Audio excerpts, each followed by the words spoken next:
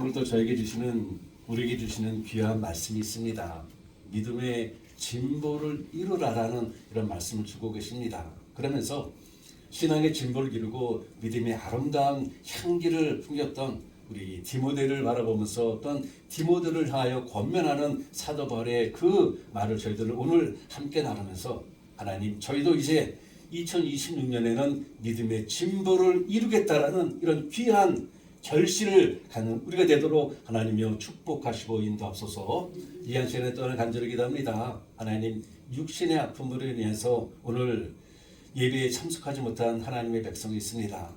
이뿐만 아니라 마음의 아픔으로 인해서 또한 예배에 참석하지 못한 아버지 그런 당신의 자녀도 있습니다. 하나님, 이제 올해 가기 전에 그 모든 아픔이 우리 주님 안에서 치유되고 건강한 마음과 건강한 몸으로 하나님 앞에 나와서 하나님께서 기뻐 받으시는 예배의 제단을 쌓을 수 있도록 하나님 도와주시고 축복하옵소서. 오늘 또한 저희들 주님 앞에 나오면서 지난 1년을 돌아다보면서 또 하나님 지난 한 주간을 돌아다보면서 우리들의 삶에 주신 귀한 축복의 한 부분을 선별해서 감사함으로 기쁨으로 또한 즐거움으로 하나님 앞에 올려드립니다. 하나님 기쁘게 연락하시고 하나님의 역사하심에 귀하게 쓰임받으시도록 축복하시고 또 하나님 이렇게 즐거움으로 드리는 당신의 백성의 그 창고를 하나님의 역사와 섭리로 책임져 주옵소서.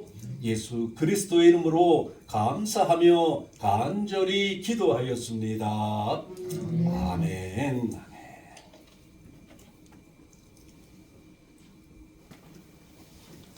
저희가 어렸을 때 아주 많이 읽었던 삼국지라는 소설이 있지 않습니까? 이 삼국지는 중국 땅을 배경으로 한 위나라, 청나라, 오나라 이 세 나라가 서로 대립을 하면서 세력을 다퉈가던 이런 이야기를 담은 책이에요. 그런데 이 책이 그토록 오랫동안 베스트셀러가 됐고 지금도 많은 사람들에게 읽혀지는 것은요, 그 안에 담겨있는 인간과의 관계를 다룬 처세술이나 승리하기 위한 경험 방법뿐만 아니라 무궁무진한 고사성어가 그 안에 담겨 있기 때문이라고 합니다. 그 많은 고사성어 중에서요, 우리에게 친숙하고 자주 사용하는 괄목상대라는 고사성어가 있어요. 괄목상대. 이 말은 눈을 비비고 다시 본다 라는 뜻입니다. 눈을 비비고 다시 본다. 이 괄목상대에 얽혀있는 이러한 유래가 있습니다. 오나라의 왕 송건이 여몽이라는 장수를 평가하면서요, 무술에는 둘째가라면 서로할 정도로 뛰어나지만은 학문에는 너무 약하다. 그러니 당신의 미래를 위해서 학문도 좀 공부하라 라는 조언을 줍니다. 그래서 그때부터 이 여몽은요, 학문을 닦는 일에 최선을 다하게 되죠. 나중에 한참 시간이 흐른 뒤에 다시 여몽을 만났을 때는 그동안 얼마나 열심히 학문을 닦았는지요, 눈을 비비고 다시 보아야 할 정도로 학문이 높아졌다라는 것이요.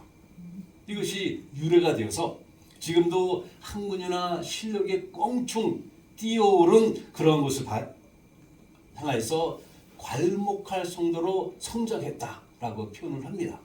그리고 이것을 줄여서 괄목상대라 이렇게 이 고사성어가 생겨난 것이죠. 오늘이 2025년 마지막 주일이고요. 다음 주에는 2026년 첫 주가 됩니다. 이 말씀을 준비하면서 지난날에 저의 삶을 좀 돌아다 보니 저의 인생에서 괄목상대했다라고 할 수 있는 것이 주님의 사랑을 받아 믿음이 성장한 것을 꼽을 수가 있어요. 제가 예수님을 저의 구주로 영접한 때가 1985년입니다. 그런데 지금 목회에서 목회하고 있는 친구의 전도를 받아 교회에 나가보니까는요, 교회에 속해 있는 제 또래의 그 친구들이 모태신앙이나 혹은 아주 어려서부터 교회를 다녀서 그런지 모두가 다 성경도 잘 알고 기도도 잘하고 찬송도 잘 부르는 거예요. 모르는 찬송이 없는 것입니다. 처음에 교회 나가면서 그들이 참 부러웠습니다. 한 번은 이 성가대 연습을 하기 위해서 모였는데 성가대장이 저에게 대표 기도를 시키는 거예요. 그때가 처음으로 공중 기도라는 것을 하게 되었습니다. 저는 그동안 교회 나간 지 얼마 되지 않았지만 그래도 그동안 보고 듣고 배운 대로 열심을 다해 기도했는데요. 그런데 여기저기서 킥킥거리는 소리가 나는 것입니다. 나는 열심히 기도하는데 킥킥거려요. 한순간 당황스럽기도 하고 기분이 언짢아졌지만 그래도 이왕 시작한 거 열심히 목젖고 열심히 해서 기도했습니다. 나중에 이제 선거대 연습이 딱 끝나고 나가면서 제 친구를 딱 잡았어요. 왜 남은 열심히 기도하는데 기분 나쁘게 옆에서 킥킥대고 웃느냐? 그랬더니 그 친구가 또 킥킥대면서 저기 하는 말이 뭔가 하게 되면은 야, 내 기도 소리가 하도 크고 빨라갖고 하도 크고 빨라갖고 다들 깜짝 놀라서 웃은 거야 라고 얘기를 하더라고요. 교회 다니면서요, 이러한 당황스러운 경험을 하게 되면은 대개 두 가지 현상이 나타납니다. 어떤 사람은 뭐 교회가 이래 하고 기분 나빠하며 교회를 떠나요. 그런가 하면 어떤 사람은 그래? 처음부터 다시 배우지. 더 열심히 신앙생활을 하지 하며 괄목상대하는 이런 현상이 나타납니다. 한 부류는 교회 기분 나쁘다고 떠나고 한 부류는 그래? 그럼 내가 좀 더 열심히 하자 라고 합니다. 저의 경우를 돌아다 보니 제 자랑이 아니라 저는 아마 후자를 택했던 것 같아요. 앞에서 말씀드렸던 영웅이라는 장수도 이 왕에게 학문이 너무 낮다라고 야단 맞고 나서는 아니 장수가 싸움만 잘하면 되지 공부를 못하러 하냐? 라고 했다면요, 늘 그 수준 이상을 벗어나지 못하고 거기서 도토리 키대듯이 그렇게 살았을 것 같습니다. 그러나 그는 왕에게 야단을 맞고 나서 정신을 번쩍 차립니다. 그리고는 열심히 학문을 닦아요. 그래서 사람들이 눈을 비비고 다시 봐야 할 정도로 능력을 갖추게 됩니다. 그리고 나중에는 오나라 전군을 지휘하는 최고의 사령관으로 등극을 하게 됩니다. 혹시 우리 가운데 제가 처음 교회 나갔을 때 경험했던 것과 마찬가지로 당황스러웠던 일, 언짢았던 일, 그리고 기분 나빴던 일들이 있지 않습니까? 교회에서 받은 상처로 인해서 믿음 생활하기가 많이 어려운 그런 경험 여러분 갖고 계세요? 아니면은 나는 열심히 믿고 싶은데 나도 남들처럼 쉽게 말해서 예수님에게 미치고 싶은데 그것이 내 뜻대로 안 됩니까? 혹시 그렇다 할지라도 결코 포기하지 마세요. 거기서 포기하게 되면요, 평생, 제가 이건 개런티합니다. 평생 믿음 안 자랍니다. 믿음의 진보 이룰 수가 없어요.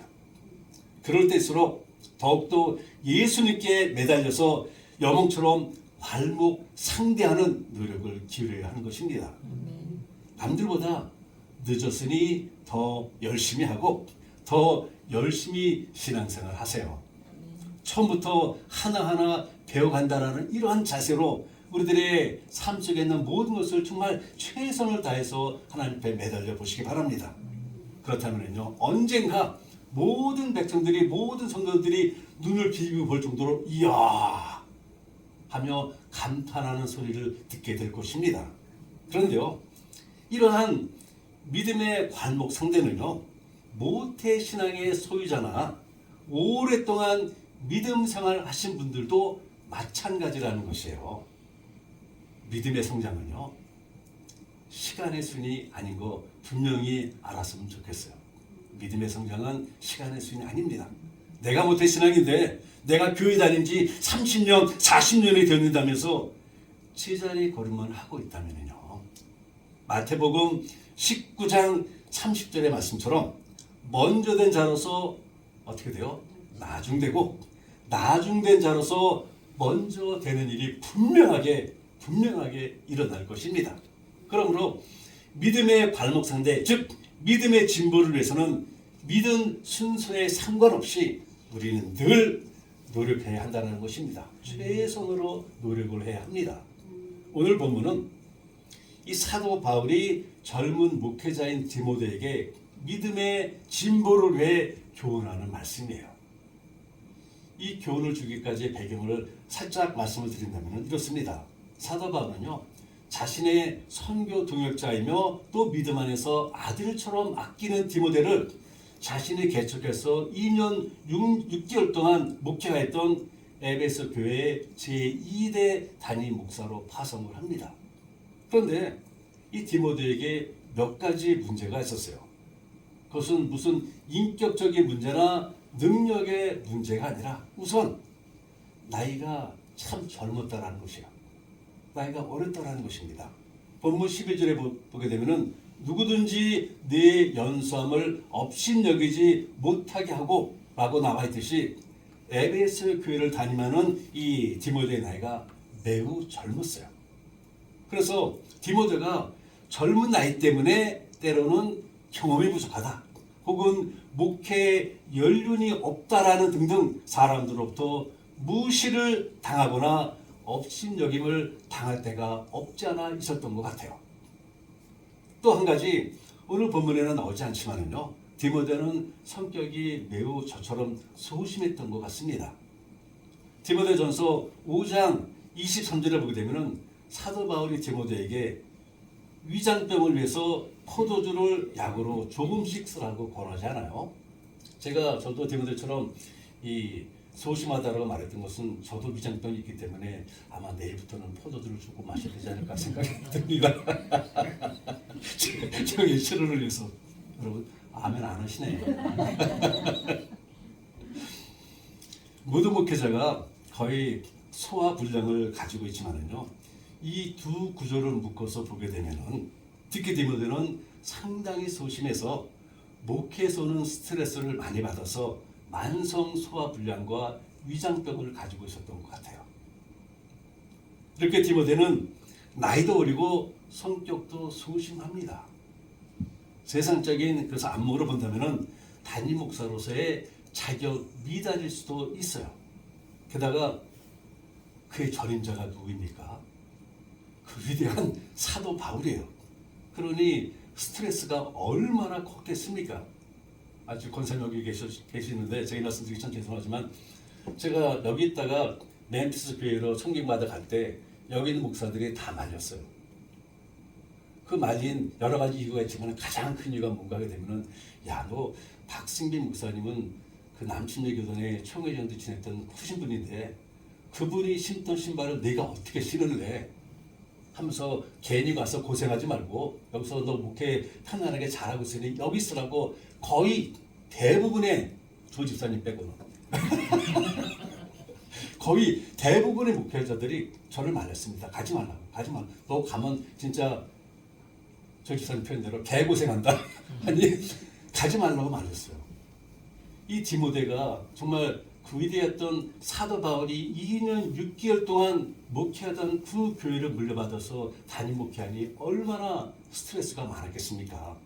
이렇게 여러 면에서 불리한 조건을 가진 디모데인데요, 과연 사도 바울의 뒤를 이어서 에베소 교회를 잘 목회해 나갈 수 있었을까? 성도들도 걱정하였고 누구보다도 디모데가 가장 많이 걱정을 했을 것입니다. 성격상 잠도 못 자고 고민하고 그래서 위장병에 걸렸던 것 같아요.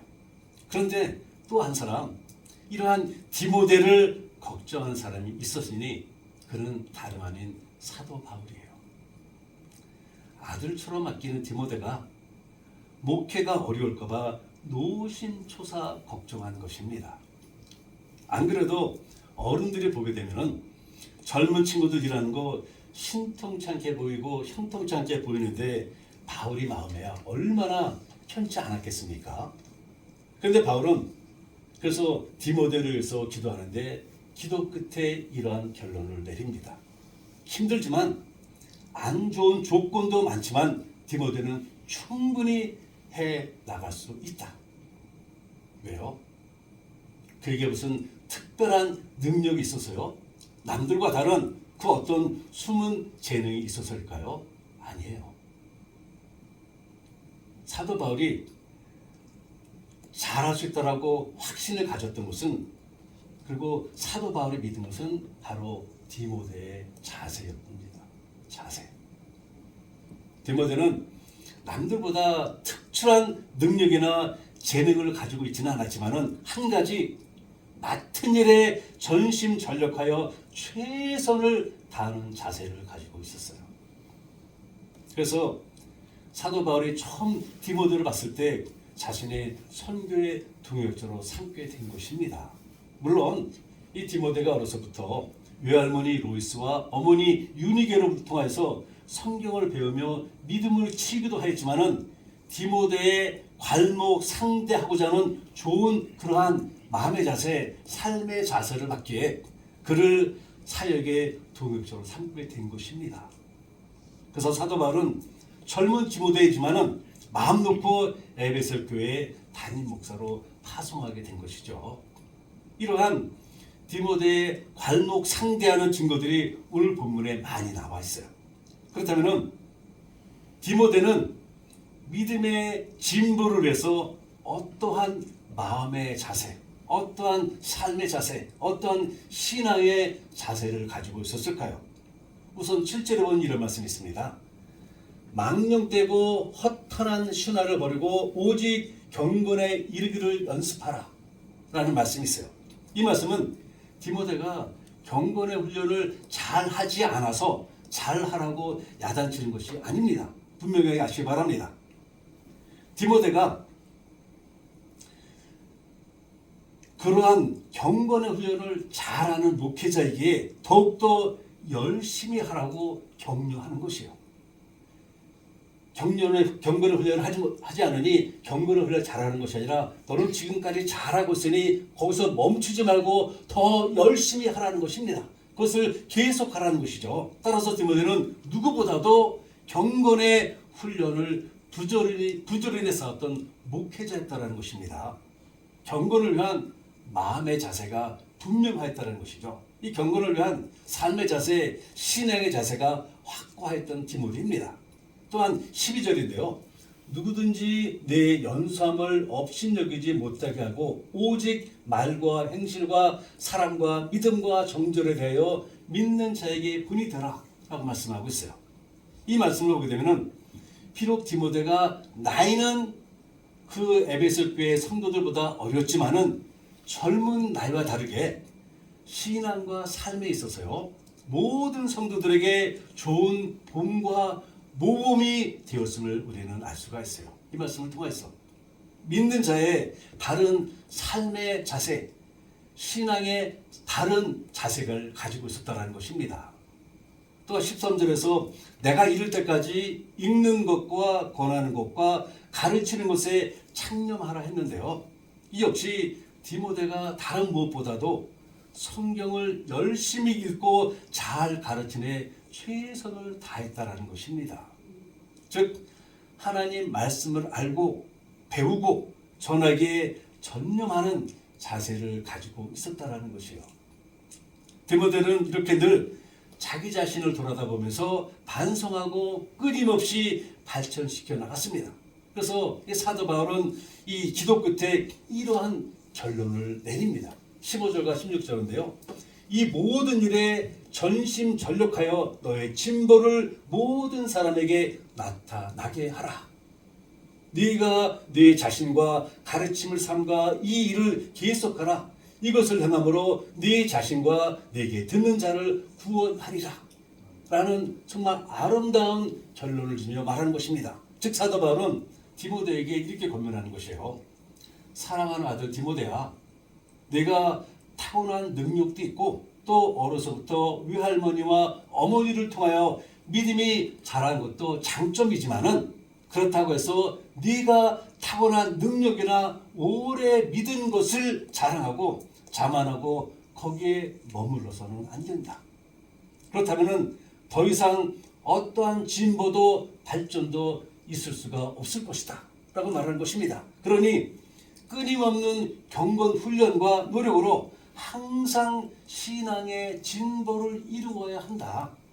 믿음도 잘하고 인격도 잘하고 모든 것이 잘해야 정말 존경받는 좋은 목회자가 될 수 있는 법이고 그래야 누구도 너를 업신여기지 못할 것이다 라는 것입니다.